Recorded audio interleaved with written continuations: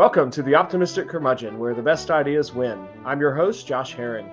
My guest today is Dr. Spencer Klavan. Spencer Klavan, who you can tweet at Spencer Klavan, is host of the Young Heretics podcast, and associate editor of the Claremont Review of Books, and features editor for The American Mind.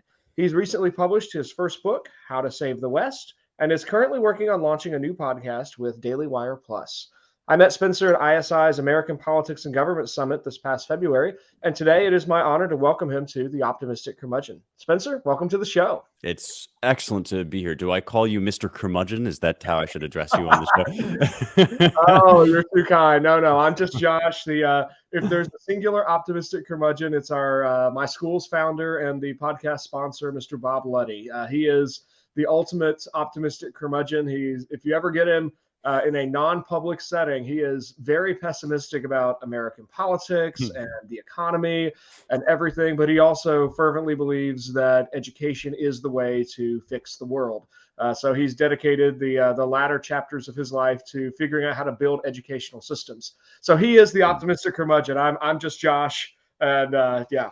Oh, I love that. But yes, okay, it's great to be here. Thank you, Josh, for having me. Of course. I have three ridiculous questions to ask you before we get into your book. Turns out people on Twitter and Facebook, not LinkedIn, but at least Twitter and Facebook, did have random questions to pose to you.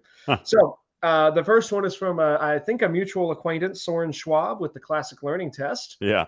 He wants to know, how much can Spencer Klavan bench? I love this from Soren. Of course, Soren would ask this question. A gentleman never brags. And actually, right now, I'm not at my strongest, because those that lift will know you go through periods of sort of bulking and periods of trying to lean down. And I'm leaning out a little bit at the moment. So I'm pretty solidly hitting 2 plates plus a 25. So let me do the really quick math here. 2 plates is 225 pounds, right? So plus 25 on the other side, that's going to be 275 pounds. I can make that no problem. Beyond that, I don't usually lift with a spotter, so I haven't pushed further. But someday I would like to get 3 plates under my belt. It's just not the day for that. All right, excellent. Next question is from an old fraternity brother of mine, a guy named Augie Fackler. Okay. He's a programmer with Google, at least last time I checked on what his job was. Nice. Here's his question. Given that you are unrelated to your father, do you wander around periodically asking things if they are your father, similar to the bird in the classic children's book? The funny thing about that book, which is one of the best kids' books around, is that he ends up asking like I think it's like a crane, or it's some kind of piece of heavy machinery, whether it's his mother, which is the most metal thing I've ever heard. Like, he decides that he's the child of this enormous industrial monster. And that's basically my situation as well. My father is a Mack truck, and he and I on Sundays go for long drives and father-son conversations. It's actually very sweet. Do you by any chance claim the steam shovel in the Mike Mulligan book? Is that also a relation of yours? Yeah, distant cousin, I think. Okay. It's always confusing with these family trees, but somewhere in the okay. And this one from a seminary days friend of mine, Logan Smith, who now works with something in intelligence up in DC. He wants to know, who is the better writer, at Spencer Klavan or at Andrew Klavan? I'm contractually obligated not to answer that question.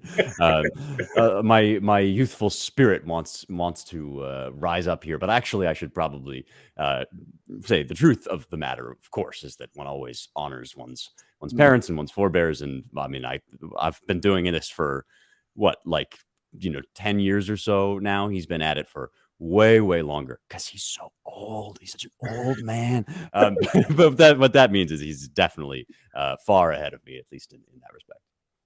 Oh, there's an excellent demonstration of pietas there, yes, which is piety. Quite appropriate for our conversation today. But before we get all the way back to Socrates and Plato and all of their contemporaries, tell us a bit of your story. I'm really curious. I know you spent a few years at Oxford. I'd love to know some of how you ended up there and what you intended to study when you got there, if that changed along the way. How have you read so much, and just how many questions do you speak or read? Boy, how have you read so much is a question that I think a lot of my friends would be able to answer by saying, he never texts us back. He's always in his room reading things, talking to old dead guys. But that's actually kind of the answer to your whole question. In my whole life, I've been surrounded by books, and I've been incredibly fortunate that way. I grew up in a house filled with books. My father, the Mack truck, was obviously a profound, passionate reader and writer. So was my mother. And I guess I didn't realize that was weird for a long time. Growing up, I think I had to learn that other kids didn't always have that advantage, didn't have, Plato and Homer and Machiavelli up on the shelves, and so when I realized that, it gradually became clear to me that what it meant to be surrounded by books was to be surrounded by friends, because that's something we miss all the time out there in the world. Of course, studying Western civilization, studying old dead guys is maligned as some sort of evil project, fascistic, racist, superstitious, backward thing. But even within the academy, among those of us that love this stuff and know it to be great, we can lapse into talking about it as if it were just an interesting word game. It's not. It's a community. It's a communion of friends, of great minds, and a fellowship. And so for that reason, I have always just wanted more of that. I've always wanted to spend time in that great, good place of the halls of academia. And that's how I ended up at Oxford. I went to study classics. That is what I did. I did a degree in Greek and Latin literature, and my PhD was on the ancient Greek music theory, to get really obscure for you for a moment. But I think the way that I changed most as a thinker and as an academic in that context is I reached the limit of where I wanted to go in terms of professional academia that's aimed at a community of scholars. It's just sort of shop talk, if you like. There's a place for that. It's a valuable thing. I still read a lot of those journals from that side of the world. But because this has always been so personal for me, and because I really think that the great minds of the past have urgent things to say to us, guidance, help for us in our very turbulent moment. And I started to realize that what I wanted to do was kind of turn outward and write more publicly. And that's what I have been doing. That's why I wrote the book, is to kind of offer people an inroad into this communion, to give people just a little taste of, what this wisdom can do for you. And so that's, kind of how I ended up here, was through a lifelong attachment to these great texts, and through kind of a realization that what I wanted, the place that I wanted to occupy in the world, was as a kind of a host, a welcomer, that I could invite people in to this wonderful field of study, into this kind of rich source of knowledge. How many languages do I read or speak? This is always kind of an embarrassing question to answer.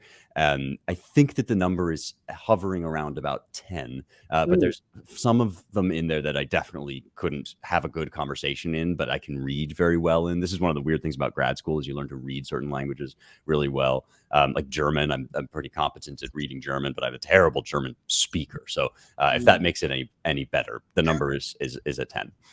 Well, I don't think that's anything to be embarrassed about or ashamed of. It's a remarkable accomplishment, and it's certainly one that American culture, to speak very broadly, is very, very bad at acquiring multiple languages. Every time I've traveled abroad, I'm just astounded. I'm on the one hand grateful that English is still the international language of business, because it means I can get around to most places. But I'm also pretty ashamed of the fact that I only speak English competently. I can make my way in Koine Greek if I have the different resources with me, but that's about it. But one of the things I was most intrigued about at the very beginning of your book, you had a caveat, a note on translation. I'm just going to read here to follow up on this. When I cite works in languages other than English, I usually either write my own translations or combine various existing versions. For this reason, the endnotes give reference to the original works themselves rather than to any one English translation. But I've also relied on a range of excellent modern translations to guide and check my own, and readers can find my recommended editions in the bibliography.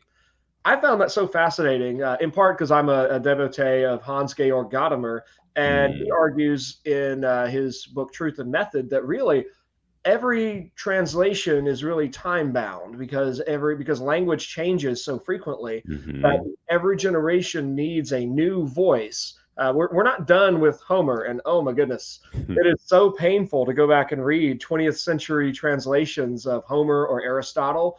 They're free on the internet, but they are free for a reason. You get what you pay for, right? Yes, yes. Yeah. So I just so appreciated the amount of scholarship that you demonstrated throughout your book, and the way that those translations. Sometimes books that are riddled with translations, they're that just contributes to a dry atmosphere to the book. Yours didn't. You brought forth this. I had this very vivid sense of Socrates and Thrasymachus both discussing justice like real people, in part because you Mm. translated them both in such a vivid way. So I really appreciate the work you put in, because I'm even with your, I assume you have some initial aptitude for language, but it's still got to be work. Like none of that comes naturally. Oh, definitely. It's fun work. It's one of my favorite things. There are a few subjects, and I'm sure you'll appreciate and relate to this. There are a few subjects which, if I didn't have any other responsibilities, and if the world weren't falling apart, and if there weren't things to do, um, I would probably just devote my whole life to these kind of like minute, obscure subjects for the sake of themselves, you know. And one of them is verbs, just the sheer variety of possibilities for constructing time in language, Mm. and the different systems that exist, especially in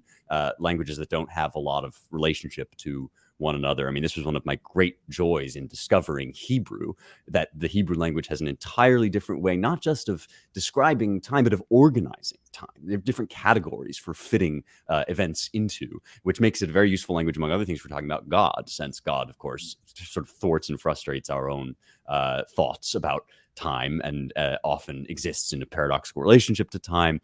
Hebrew is a language that has a lot of facility for expressing that.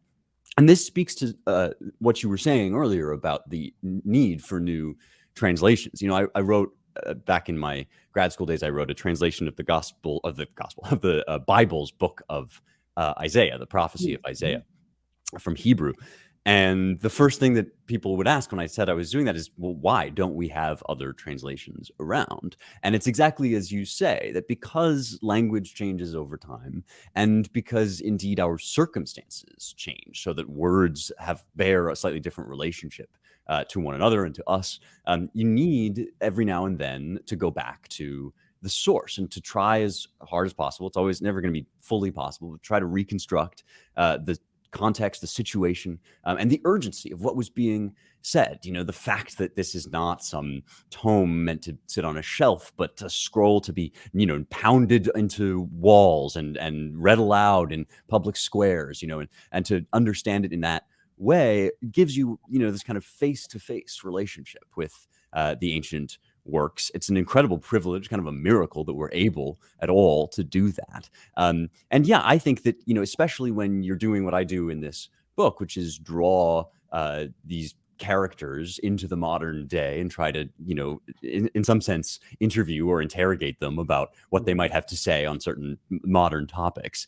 When you're doing that, they have to be real people for you, and so it requires, first and foremost, I think, a kind of encounter with the text. I had one professor in grad school who would just always say, primary text, primary text, primary text, go back to the source. Don't read what some, you know, 20th century academic has to say about Antigone before you've reread Antigone, right? And really try to encounter what Sophocles is saying direct. And so, yeah, this is a reason why I really endorse the teaching of classical languages, why I think it's kind of a necessity if you want to get deep into this stuff. And I'm grateful that you kind of that worked for you in the book, because it matters, I think, quite a bit. It did, and I'll just freely confess that languages are not something I put nearly enough work into. So I'm grateful that you have, and that I can benefit from your work in translation. Well, let's get into your book a little bit. Tell us the origin story of this book. I mean, I'm sure there had to be some tipping point moment where you decided you were going to tell everyone else how to save the West. What was that moment? How did you decide I have to write this book? I know what possessed you would be another way of asking that question, I guess. And it is a sort of a funny thing to write a book at all, especially one with such an ambitious, audacious title. Um, but anyone who writes a book, yeah, has to basically get up on his soapbox, stand in the public square, and bang a drum, essentially, say, I have something to say. And there was a turning point, although it was more gradual maybe than a kind of thunderbolt lightning moment.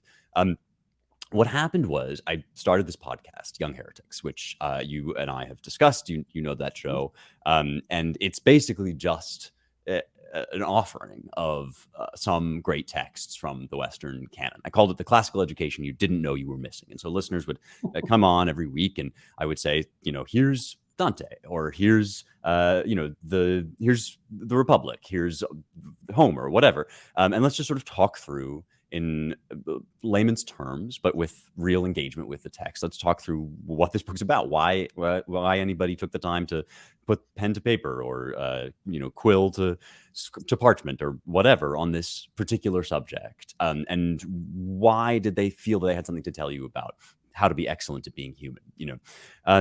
This, I thought, was a totally niche endeavor that would be listened to by about 5 people. I was like, this is going to be a side project. It's going to be a lark. I'll have a great time. And then people will, the 5 people that like this sort of stuff will listen. That is not what happened, because it turned out there is an enormous hunger out there for things of substance, material of substance, ideas, thoughts of substance. And I think there's a reason for that. The digital age has come with all sorts of benefits and also all sorts of very obvious drawbacks. And one of the drawbacks is that we are constantly inundated with gunk, with just verbal gunk that doesn't actually bear any relationship to reality, or is designed to kind of seduce us away from reality. I'm talking about most of the stuff we get in the news every day. But I'm also talking about, the marketing emails that constantly flood into our inbox, just language with no real weight or heft behind it. And when you start to feed people rich food instead, when you start to offer words that actually bear relation to reality, it turns out people show up because they really need that stuff. And I was getting so many notes from people saying, I didn't realize that I needed this in my life. And that's when I started to realize, like, okay, so there's actually a hunger out there that people have. And this is something that I delight to offer. Like, this is actually something I've spent my whole life on. The great texts of the West, the languages that we've been talking about, this is what specialists are supposed to do. They're supposed to go away, gain an aptitude in some obscure subject, and then bring the fruits of that teaching into the world. And so that's kind of, the book was born out of an encounter with that hunger, and it's an attempt to not only to feed that hunger and to serve that need for real substantive engagement, thought that goes deeper than the news cycle, but also to invite people into a whole world of riches in that score, to invite people to a feast beyond the book and let them know that they do have ownership over this stuff. It's not beyond them. It's not above the sort of understanding of the average person. In fact, the average person can really benefit from it. So the book is itself an offering, but it's also kind of a signpost, if you like, to get people into some of the things that they can be reading that will help them more than whatever Don Lemon says tomorrow about nonsense. I know you went into this on some detail on the CLT podcast, but I remember you describing that your goal was to equip the average person to be able to get into the text. And I love that so much, because I think the world of classics and classical education often gets this bad rap as being elitist, white supremacist, whatever. And that's really not true, because it really is the foundation of these texts that enable an understanding of all human beings as rational, all human beings as possessed of a soul, and the foundations of all humans having this dignity, and then being able to reach back to those sources to see how wisdom is not something we just woke up last year and decided, hey, we need some of that. Actually, wisdom is something that all of humanity has been seeking. And I think your book does a great job of showing how we don't have to start over from scratch. We don't have to come up with these answers as if we're the first human beings to ever ask, what exactly does it mean to say something is real? Why do we have these weird bodies? Why are they so funky sometimes? And why do we want more than just what the body can give? These are perennial questions. I love how you take us to those.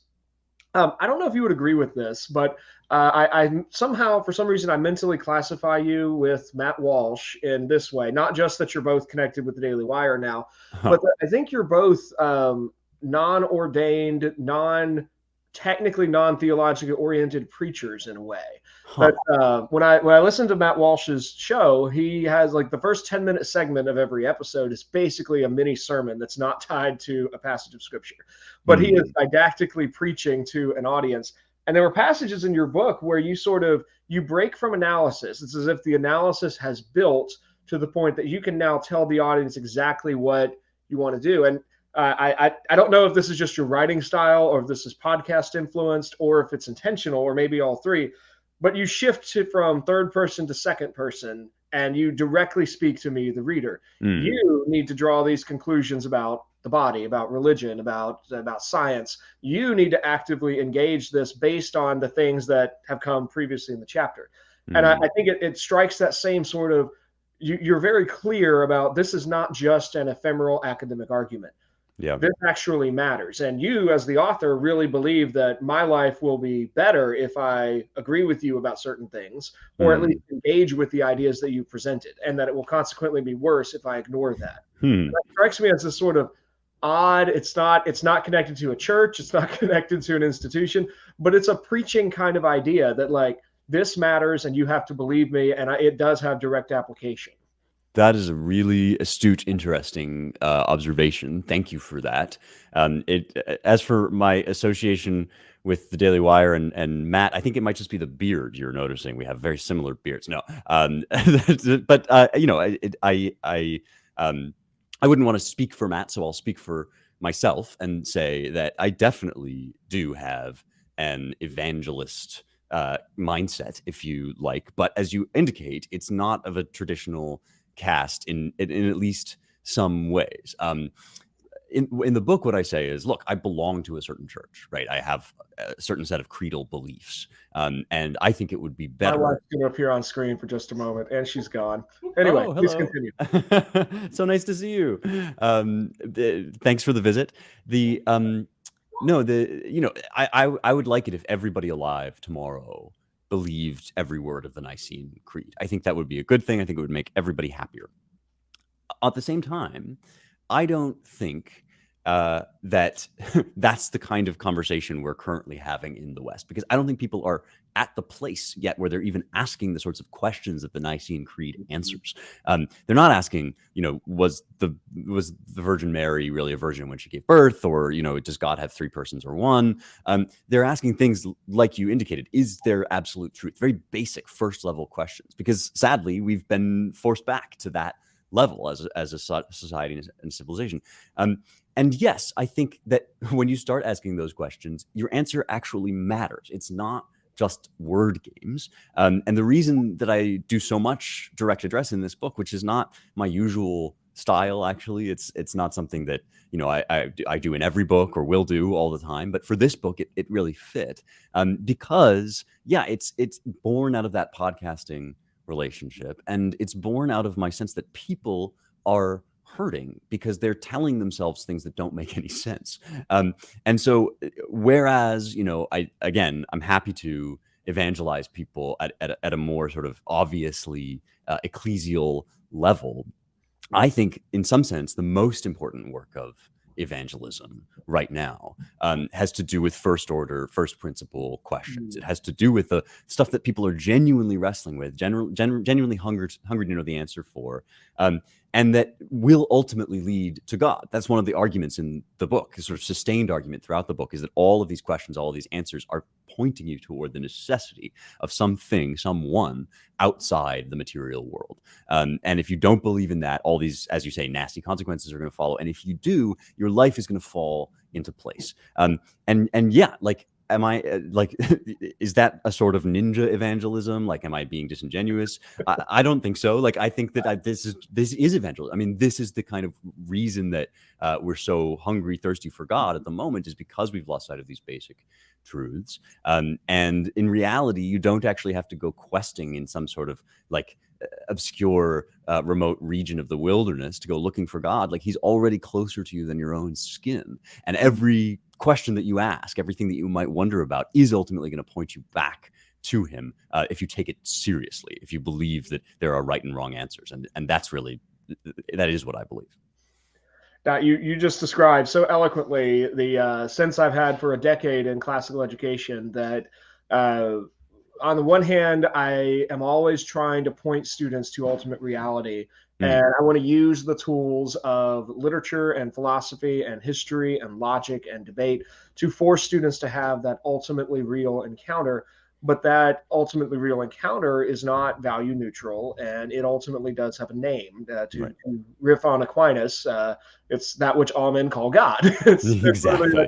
And so in that sense, even as I work in a secular arm of classical education, I have lots of coworkers who do not share my convictions or beliefs, but we have common interest in literature or language or philosophy and so on. But I go to work every day hoping to have conversations that point students to the importance of asking these questions and the fact that there are answers and that answers can be found. And so much of people in the K-12 education space have lost sight of the fact that there are answers, and that it's not just that we are seeking to ask, we want students to ask questions and then we step back and say, whatever answer you find is good. We're now at this moment in time where it's self-evidently true that that's false. There are terrible answers out there. We can wreck our lives in so many ways. And the thing about that, I'll just say, is not only are there truer and falser answers to these ultimate questions, there are answers which are already implied in everything that you do. And people have an amazing ability, drilled into them in part by our disingenuous ruling class, to say things in philosophy class that have no relationship to how they actually live their lives. So, I mean, relativism is the canonical classic example of this, that people will say there's no such thing as good or bad. Either just thinking makes it so, your truth, my truth, all cultures are valid. And then it'll be like, well, but I'm fighting for social justice because of the evils of America. It's like, oh, so American culture is not a relativistic question because you seem to hate that, right? And so there's that level of things. But even deeper than that, I think, the denial of God, the denial of absolute truth, the denial of ultimate purpose outside of the physical world is belied every time you wake up in the morning and get out of bed and drink a cup of coffee. Because why did you do that? I mean, presumably because you think there's some good that you have in mind, even if it's just like getting paid at the end of the day so that you can go on vacation, right? That means you think vacation is good. Why do you think it's good, right? And why do you think, for instance, that like you shouldn't murder people in cold blood, right? And so every breath that we take, everything that we do is teleological. It has an inherent purpose, an inherent aim. That implies there is a highest aim somewhere. There's somewhere where that chain of why questions ends. And when it does, you are going to be confronted, perhaps unbeknownst to you, with what actually is serving as your God. It might not be something you would like to claim as a God. It might be politics. It might be power. It might be, sexual pleasure. People chase after all of these things, and they put them in the position of highest good, and that trickles down into every decision they make, every action that they take. This is why the Bible says the fool hath said in his heart there is no God. It's not because atheists are uniquely stupid. Like, we're all basically about as stupid as everybody else. But what the text really means is, if you tell yourself you don't have a God, if you say you're not worshiping anything, you are fooling yourself. It's a kind of self-deception, because then you become blind to the actual forces that are moving and at work in your life. The argument in the book is, okay, so let's just be honest and self-aware about the fact that we are worshiping creatures, because that enables us to ask the really important question, which is, what deserves to be in that position? What deserves my worship and allegiance and my ultimate final sacrifice? What deserves for me to bend the knee? And what can I worship that will set me free rather than making me a slave? That's the only real question that humanity is capable of asking in a serious and sober way. It's not like, is there anything beyond? Everything we do implies that there is something beyond, something we worship, something we serve. The only meaningful question is, what or whom do you serve? And once you start asking that question, even if you've got the wrong answer to begin with, you're at least on the right track. You're cooking with gas at that point, because really that's where all the money is. That's such a great set of observations. I'll only add in, my wife and I just got back from a vacation at Lake Tahoe in Nevada. I'm sorry, I was instructed by those who live there that it's pronounced Nevada, and I'm going to try to Nice. follow that. But Lake Tahoe is breathtakingly beautiful. And every morning we woke up, we had a room with a view going out over the mountains. And I was just, and of course it's April, and when we're recording, and it's spring, it's very much spring here, verging on summer in North Carolina. But in Nevada, it's still winter, and they have more snow this year than any other year. I was just blown away at the breathtaking beauty that we were surrounded by. And it's beauty that humans can fit into.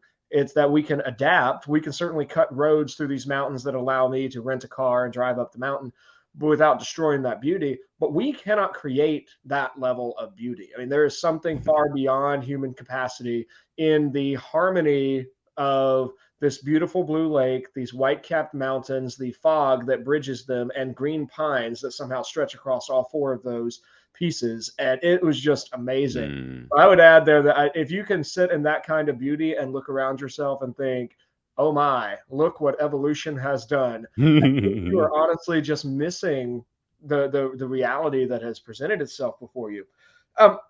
Spencer, let's back up just a bit, because I hope listeners have a sense of the structure of your book by the end of our conversation. And I know there's no way we can talk about everything in your book.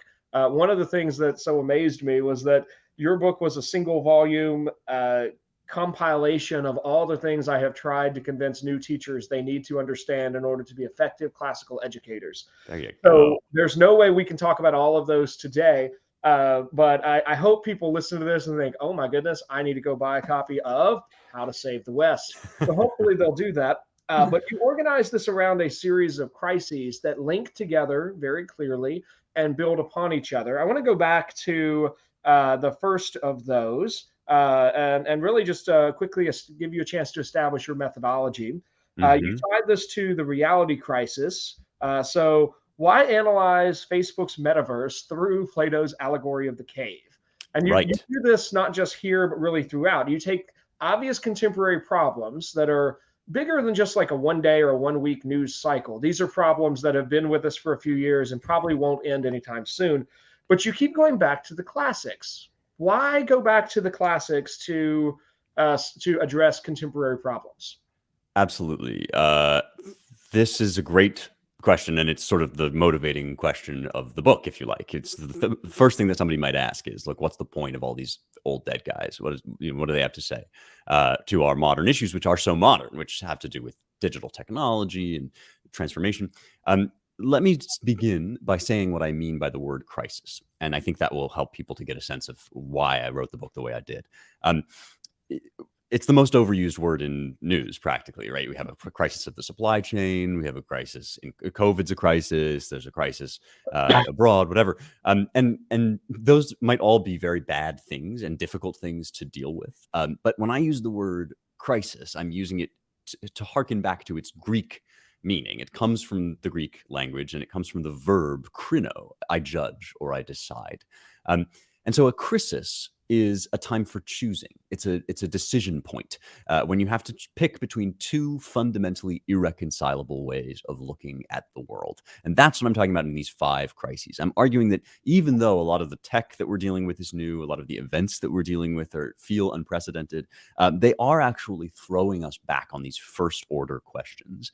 Questions like, is there such a thing as absolute truth? And those questions are presenting us with crises, with the necessity of choosing a good answer rather than a bad answer to those questions which are under the surface.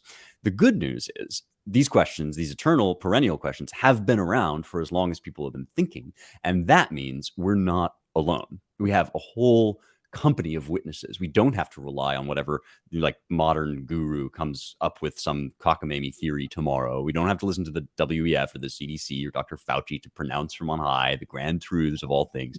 We can actually talk to smart people from the past who have thought about these things, wrestled out good answers that still remain the best ones on offer. Some of the sanest, most thoughtful approaches to these kinds of questions are in these books, in the classics of the Western canon, Athens and Jerusalem.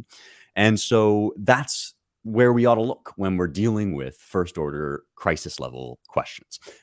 So the book is organized into 5 of those crises. And as you say, the first one is the crisis of reality, which we've already talked about. Is there such a thing as true or false or not?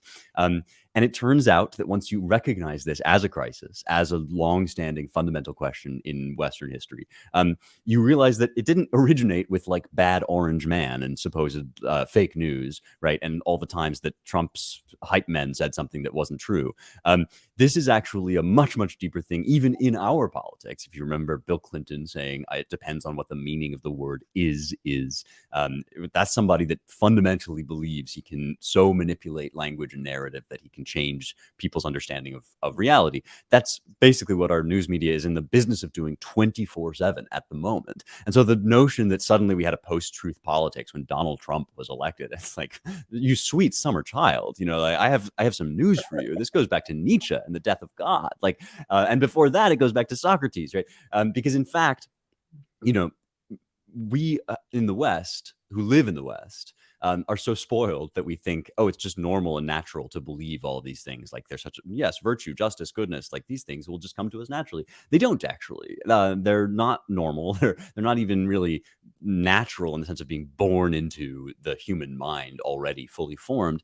They have to be argued for. And Socrates famously presented one of the best cases for the knowability of some eternal truths. I should say Plato's Socrates, of course, as represented to us in the Platonic dialogues. We have this encounter between Socrates and an entire culture, which, much like ours, is finding it very fashionable and convenient to suggest that really justice is just in the interest of the stronger. If I tell you that a man is a woman, that's what that's the truth, that's reality. And you can see a lot of kind of parallels between our time and the time of the ancient Athenians, the 5th century BC, when Socrates was sort of coming to flourish.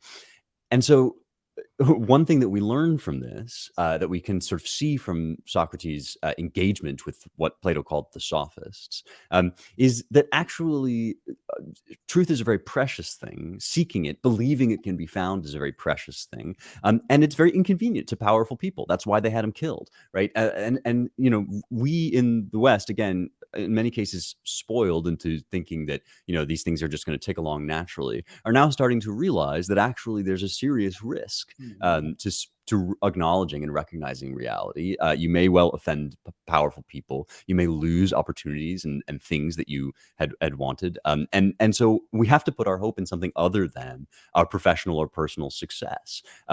There's actually got to be some reason to believe in reality, to believe in truth, irrespective of whether political powers and powers that be should like it, irrespective of whether Twitter says you can or can't say something online. You still have to say it. You have to actually be forthright and honest, because the truth matters in and of itself, and reality is actually our home. These are the sorts of things that we can gain conviction about by studying ancient texts, rather than simply going off whatever like Mark Zuckerberg says tomorrow about the metaverse. Like that just seems like an obvious better sell to talk to Socrates about it. Oh, I think Socrates is definitely a better interlocutor for us than Mark Zuckerberg. That is definitely true. I I did mean, love your shout out to debate coaches in here. You pointed out that in ancient Athens there were lots of debate coaches putting out their shingle for advertisement to teach you how to convince other people to that you are correct. One of my other hats is running a debate network for Thales Academy, and you are absolutely right. I mean, there's this temptation in debate where I think I at least continually remind myself that like training in sophistry is a danger in any kind of rhetorical skill, because as much as I agree with Aristotle that rhetoric is truly it's the art of right persuasion towards the good. There's also the ability to dress that up that is always tempting to fallen humanity, that we would be tempted to be able to use rhetoric to gain power. And I at least think of debate as I hope that my students get really, really good at persuading other people, but that I always fight to try and remind them that arguing truly matters more than getting the victory. And I hope that that's what sticks. I want to jump over to the body crisis. Really intrigued by the way you handled this one. In part because you did not take. I expected a whole chapter on why transgenderism is wrong and bad and dumb, and that's not what you did. You instead walked us through a very interesting argument about the soul and the body. So I'd love for you to just comment for a moment about the crisis of the body. And then if you could help us with to what extent is modern transgenderism an application of ancient Gnosticism? Yeah, well, it's interesting because I do think that people are being sold a bill of goods with this transgenderism stuff, and some of it has gotten genuinely dark and evil, as philosophical errors tend to do when chased to their conclusions. Aquinas famously quotes Aristotle as and says, a small error in the beginning leads to a big error in the end. So it's not that I don't recognize the gravity of the transgender, what I would call the transgender craze. It's that I think it's it's a symptom, not a cause. That it's arising out of a deeper discomfort with the human body altogether, that taps into some very ancient problems and philosophical mistakes. First and foremost, among them, the idea that we're basically the real us is some kind of abstract, floaty entity, some divine spark outside of our bodies. And this flesh is just a kind of accident or an imposition or a mistake. And it's not just transgender extremists that you find making that argument. It's also transhumanists who think that our future lies in a sort of techno emerge with technology to become sort of cyborgs or to become mere lines of code running through a digital paradise. And I'm not a technological Luddite. I don't think all of this tech is bad, but I think it does reveal our philosophical attitudes. The way that we use our tech, the way that we propose to use tech in the future, says something about what our elites think. And one thing they seem to think is that the human body is a kind of outdated machine in need of an update, that we ought to just get rid of it. It's primitive. It comes out of monkeys, and basically it's just the accident of our biology that we happen to have this thing called a consciousness. And now that consciousness can be lifted out and just like operated in some kind of vague, abstract technosphere. And that's the same idea that would tell you, yeah, you're born into the wrong body. And again, it's like, it's not really my concern to harangue individuals who suffer from gender dysphoria. It sounds like a very painful and difficult situation to be in. But I will stand all day and rain, verbal fire and brimstone down upon those who tell children that when they have those feelings and those difficulties, they're having them because what they are is a sort of ghost in this flesh machine that needs to be torn apart and reconfigured at will ad nauseum. Whenever you feel different, you just transition into something else, right?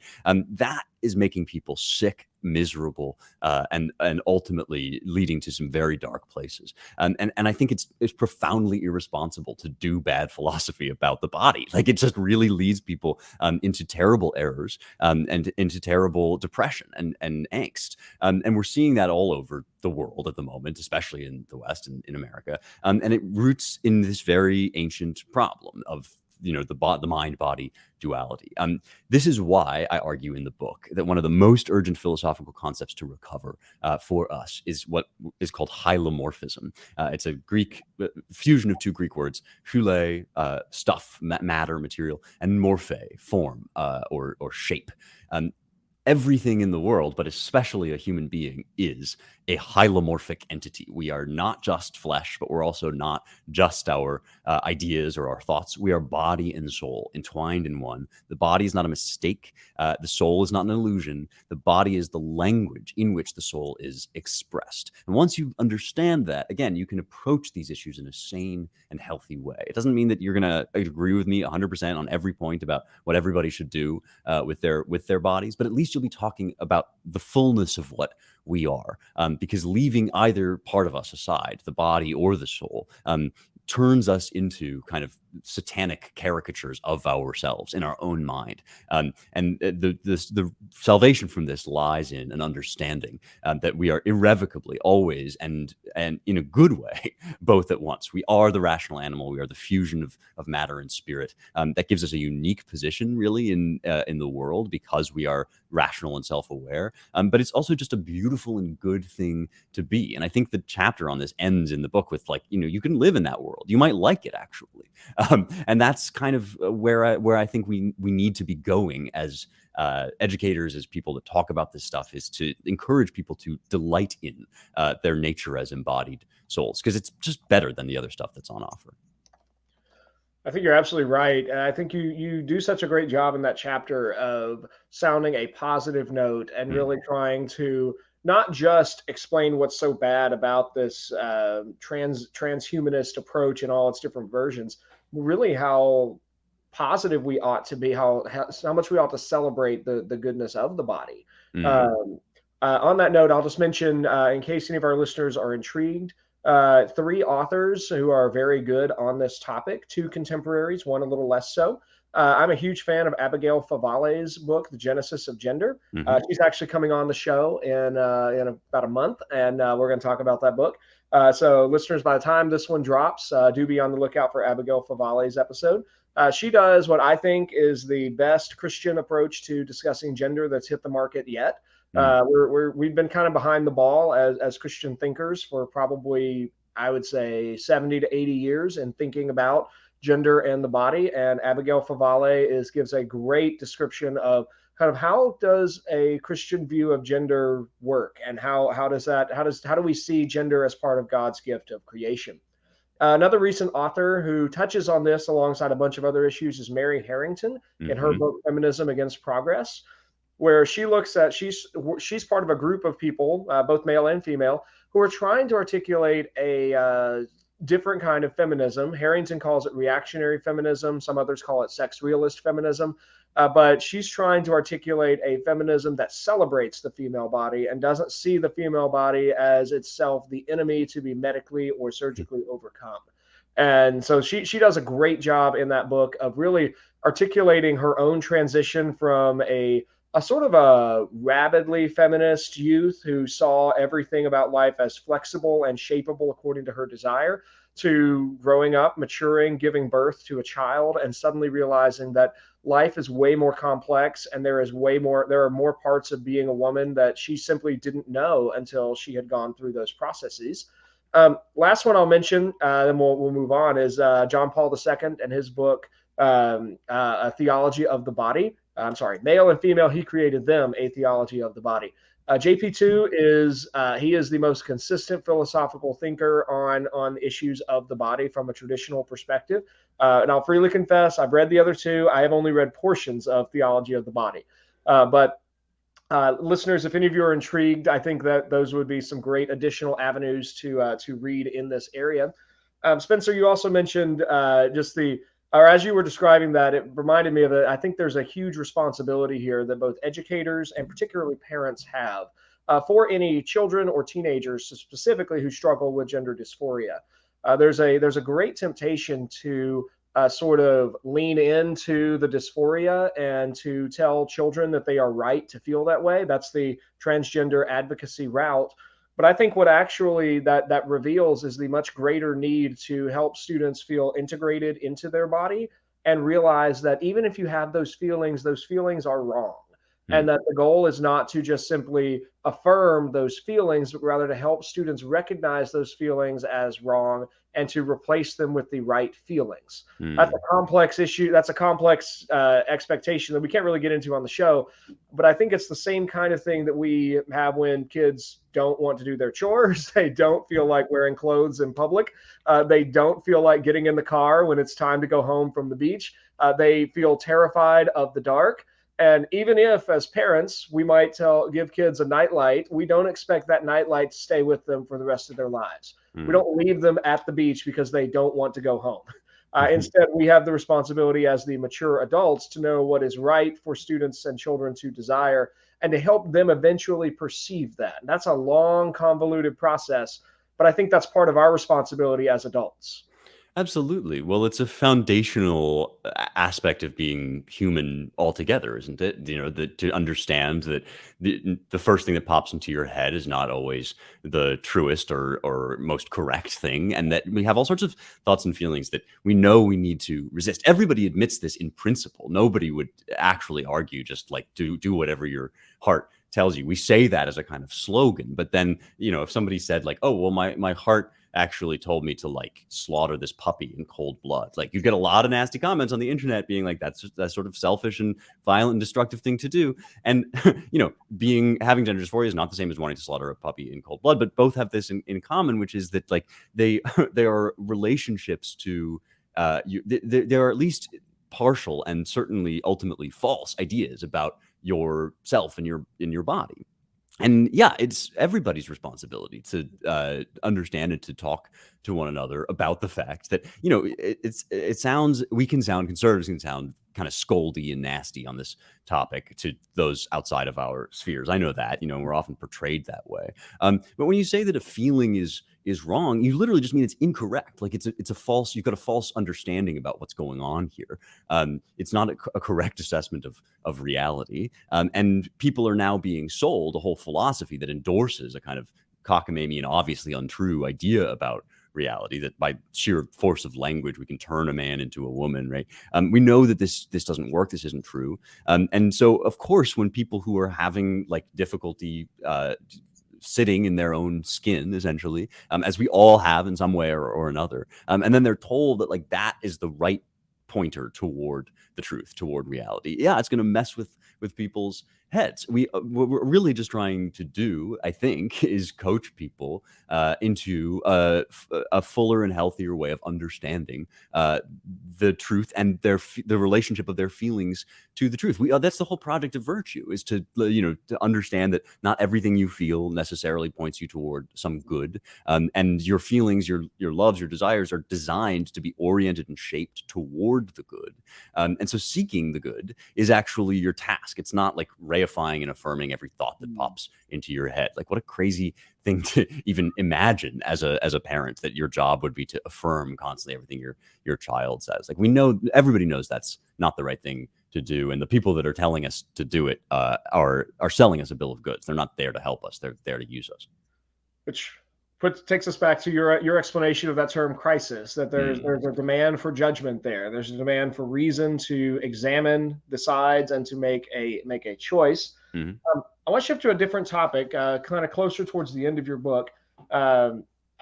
I don't know if this really ties in, but it somehow seems significant to me that we're recording on Maundy Thursday in 2023. That's, of course, the day in Holy Week where Jesus gave the new commandment to his disciples. This command I give to you, love one another. You argue in your book that we need a certain kind of love to have a healthy regime, that we need there's a right kind of political love within our polis, or our nation in this case.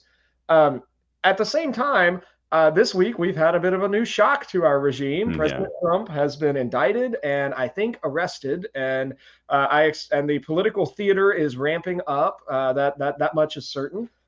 So, in what sense could you walk us through what you mean by this phrase "regime crisis," and what does a rightly ordered political love in a rightly structured regime look like? Yeah, absolutely. I mean, I want to be very careful here, because I'm in no way comparing Donald Trump to Jesus. I try very hard not to do that, but Right. I do think that the world, the universe follows the liturgical calendar, not just the church. Actually the church is describing a structure of reality through its liturgical rituals, and often it seems as if during Lent things get gloomy. And I have been feeling gloomy about the state of our politics lately. I will tell you that much. That is for sure. And it's particularly been acute the last couple of weeks. And so I'm not going to like read the tea leaves and be like, is all going to get better at Easter or whatever. But I do think that we are being forced to reckon with some of our deepest dysfunction. And so when I talk about regime crisis, I am talking about a failure to understand or endorse or care about the fundamentals about what America is designed to be. I make the argument in the book that we are designed as a republic in a classical sense, which is to say, a multi-part regime which balances powers against one another as a way of staving off regime decay, staving off the collapse of the republic, or of any sort of political unity. And these forms of rule were well known in antiquity, right? Rule by one, rule by a few, and rule by many. We balance them against one another in this country, and we do so because we believe that all men are created equal, endowed by their creator with certain inalienable rights. And that conviction comes to us from the other side of the West. It comes scripturally through Jerusalem. And so that meeting of Athens and Jerusalem in our nation is what we're dealing with in America. We're dealing with a republic, which is a classical, sort of Greco-Roman idea that is founded on a Judeo-Christian notion of the Imago Dei. And that means that what holds us together is our conviction of mankind's createdness in the image of God, our belief that you and I, as qua human beings, as people, have a certain intrinsic worth, a certain intrinsic merit. And this thing that we're doing called America only works if we recognize one another first and foremost as Americans, which is to say, as people that share those convictions and live them out in the real world. And that all the other hyphens and adjectives that we attach to one another, that we attach to our Americanness, are secondary, don't actually get in the way of what the Greeks would call philia, political love, political friendship. So that certain kind of rightly ordered love is, I think, first toward God and then toward one's neighbor, right? That's sort of how love is best oriented in the Christian tradition, and I think that's right. And once you understand this, you realize why identity politics is poison. It's not because like conservatives have some culture war axe to grind. It's because when somebody stands up there and from the highest pulpit or position of power in the land says things like, we have a pandemic of the unvaccinated, right? That a certain portion of the population is tantamount to a disease, right? That tells you that he's actually attempting to undo those ties that bind us fundamentally as Americans. And that's what identity politics does as well. It's a neo-Marxist attempt to group and categorize people according to certain demographic features and make them mutually unintelligible to one another. I am neither an optimist nor a pessimist, although perhaps I am becoming a curmudgeon as I grow older. But the reason that I'm neither of those things is because those are both predictions about the future. I don't actually have a prediction to offer you about what's going to happen tomorrow because I don't know, which is both good news and bad news. It literally means good things could happen, bad things can happen. It is possible for things to turn around. What I do know is I have hope, right? That's the better question. Where is your hope? Not what do you think is going to happen tomorrow, but what do you hope for? Where do you invest your hope? And I invest my hope in the philia of the American people, in people in face-to-face communities, as they're doing already still now in a lot of red states and cities, getting together to solve human-sized problems. I hope very much that a national political movement will grow out of that, that's capable of winning back the presidency. I care about that a lot. But my hope is in philia. It's in neighbors and neighborliness. And that's where I'm investing my political energy, such as it is, and where I think people ought to go, because it is the stuff that holds us together. And it's the very thing that they're constantly attacking all the time in every way they can. So when Joe Biden and the neo-Marxist left are doing their best to destroy something, that's when you ought to pay attention to preserving it. So that's where I'm putting my political energies, and that's what I argue in the book. I love that. I love that vision of looking at neighborhoods and of towns and of communities as these are the places where we foster the next phase of what the American experiment looks like. Yep. It's not that the solution is we have to somehow get 365 million Americans, or however many there are, all moving in the same direction. So like, no, I need to go talk to my neighbor. Yes, right. That's it reminds me of Edmund Burke's line about the little platoons are the place where right national affections are first cultivated. Exactly. I've thought for years that schools are one of the best places where that kind of local love can really be cultivated. Mm-hmm. And it's a local love that builds on top of a rightly oriented family structure. It's also a local love that can sometimes, in some ways, make up for corrupted family structures as well. And that schools help students see more of what is in their community and form those initial experiences of moving out from the family into a broader world. Yep. But I love that idea of that philia, that rightly oriented political love, that friendship is really where we need to be.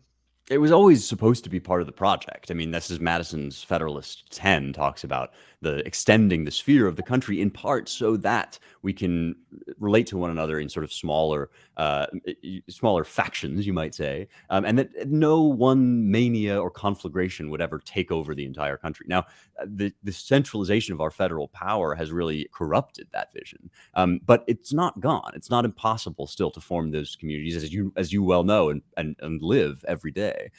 You live this out, and I think that's really crucially important. So one feature of this, I think, is useful to draw from classical sources, is to understand that the things you're doing already in your daily life are not too simple to matter. They actually have a cosmic significance, and they will, in this turbulent, difficult moment, they will also have a political significance as well. Excellent.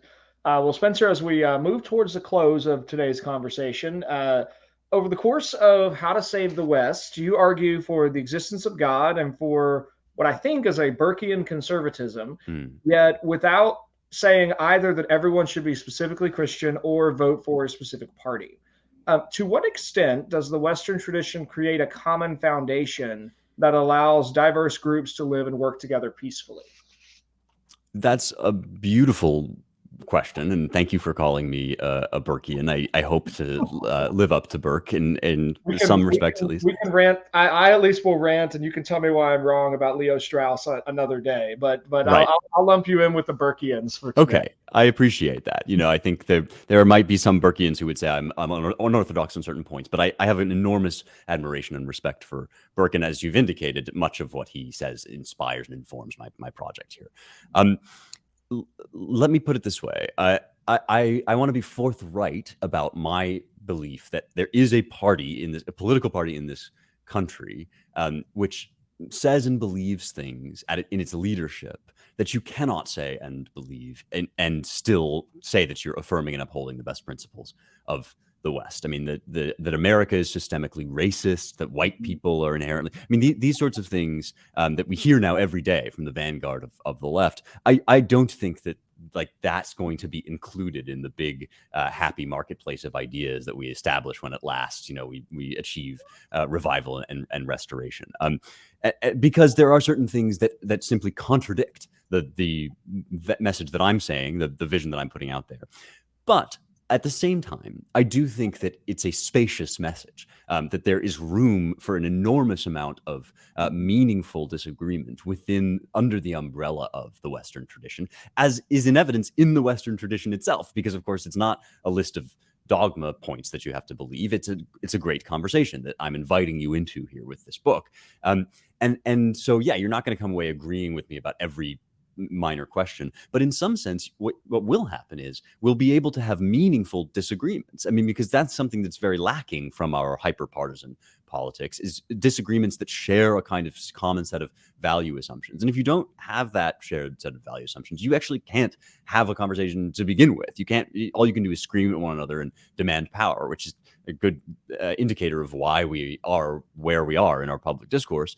So yeah, I think that the West as a concept and as a reality, as an embodied historical tradition, is one of our best hopes for reestablishing things that, if you can believe in and agree with these basic things, like that there is absolute truth, like that the body is not a mistake, if you want to live in that reality, then we actually can all get along. Like we can together build a society and a world and a future in which we make these decisions at a small local level about things like, I don't know, transgender bathroom laws, or pick whatever crazy thing, we've been arguing about for the last 10, 20 years. We can have those conversations in a meaningful way and even have disagreement about the prudential way to live in a pluralist society, if we understand that we're operating within a tradition, that tradition is valuable, that the wisdom it delivers is not simply an accident or something that fell out of the sky, nor is it a vestige of some evil oppression. It's actually our treasure and our home. And once we're on that page, then yeah, we can actually get along. I've been very intrigued in recent weeks by Jordan Peterson's new project, the ARC Forum in London. Mm-hmm. And what he's describing, I think, and what he's trying to build in that is very similar to what you're describing in terms of we have to have a common set of presuppositions for society to flourish. Right. And we had and depending on who you read, people can date this all over the place, but we have had a common societal narrative, whether that goes back to 1945 or 1517 or if you're Richard Weaver, sometime in the 1100s. But we've had that, but we currently are we're watching a moment where we really don't have that common narrative. And I think one of my favorite parts about your book was I think this is one of the big value adds of going back to classical Greece. Is that it is so removed from our day to day. There are no traffic laws. There is no pollution to speak of, except for the same cow farts that still exist. There are no surgical possibilities that could radically alter the body, except for whatever Galen had initially come up with. Like, it's so different than what we look at that it helps us to see the questions in a more idyllic frame and then come back to answer them in our world today. So I think what you're describing is desperately needed. I think we have to have that sort of common framework. I'm increasingly convinced that the projects of classical liberalism are really impossible without a common agreement. Yes. Christianity was that common agreement circa 1776. Right. And it's not today. Today, that common agreement might end up looking more like a broad theism, where conservative biblical Christians, traditional Muslims, and conservative Mormons can all align on basically the same political ends. But the other side that argues for a complete everything is construction, a complete constructivism, like that really takes us back to your initial crisis. I think this all comes back down to whether or not reality is real. It's our responsibility to live in alignment with it.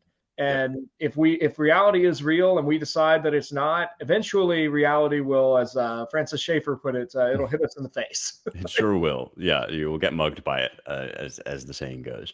And thank you for saying that. I think that's absolutely right. There is a golden thread that links us to the past. It's probably coalitionally not going to look the same as it has in years gone by, and that's okay. But we do have to agree to live in reality, and there's going to be a theological component to that. Those are kind of non-negotiables. I think you're right about that. Spencer, How to Save the West: Ancient Wisdom for Modern Crises was an excellent book. And of course, the last question for today is one every author faces. What's your next project? This is an exciting question, and there's some stuff in the works that I can't even talk about yet. But one thing I can talk about is the Daily Wire show that I'm working on. We've filmed the first season of my show, which is about the Western world. It's a further kind of introduction to, but really deep dive into some of these historical periods and texts that I write about in the book. And it's on Daily Wire Plus. It'll be coming out soon enough. So that's the big one. Excellent. Well, and like everything with Daily Wire, I'm sure when it's ready, they will be flooding the internet with as many ways for people to sign up for Daily Wire Plus membership as possible. You'll hear about it, that's for sure. Yeah. Fantastic. Spencer, I want to borrow the last question from one of my other favorite podcasts. The Christian Humanist Profiles guys always end their show asking their guests if there's anything that they didn't get to talk about. So is there anything we did not talk about today from your book that you would like our listeners to hear about? Oh, thank you very much for asking that. That's a fun one. As you say, there's kind of a lot in this book. I think it all hangs together in the way that you've indicated. One part of the book that we didn't really touch on is the crisis of meaning, which is in the middle. It's kind of the hinge of the book. And I'm just going to tease this so that people will hopefully want to go out and pick up a copy. It has what I think is a genuinely original take on the culture wars, which amounts in some sense to "you're both wrong." And if that intrigues you, you might want to take a look at the middle section of the book, The Meaning Crisis. And if I'm remembering correctly, that was also the place where you work most with Aristotle's concept of mimesis, and Exactly. you sort of get into a literary theory aspect as well. Yes, that's Excellent. exactly right. Excellent. Well, Spencer, how can people find and follow your work online? Thank you so much for asking. They can go to @SpencerClavan on Twitter, where for my sins I tweet. And you can also find the book wherever books are sold. Really, it's on Amazon. It's on Audible as an audiobook. I did the narration myself. Sometimes I get that question. So if people like to listen, it's there as well. And you can also find my writing in the Claremont Review of Books, which is the publication at which I am an editor. So check me out there as well. Fantastic. Well, thank you, Dr. Klavan, for joining me today. And thank you, listeners, for tuning in to another episode of The Optimistic Curmudgeon. My guest this episode has been Dr. Spencer Klavan, verbal billionaire, young heretic founder, and heir of the West. If you like this episode, please do leave us a 5-star review and share it with your friends. Until next time, seek the good, discover the true, and love the beautiful. You've been listening to another episode of The Optimistic Curmudgeon, where the best ideas win. I'm your host, Josh Herring. The Optimistic Curmudgeon is a project of Thales Press. If you enjoyed this episode, please give us a 5-star review and share it with your friends. You can find us on 3 major social media platforms. Search for The Optimistic Curmudgeon on Facebook and LinkedIn, and find us on Twitter at the handle @TheOptimisticC3. This episode was edited and produced by Madison Kay, audio engineer for The Optimistic Curmudgeon. Until next time, seek the good, pursue the true, and love the beautiful.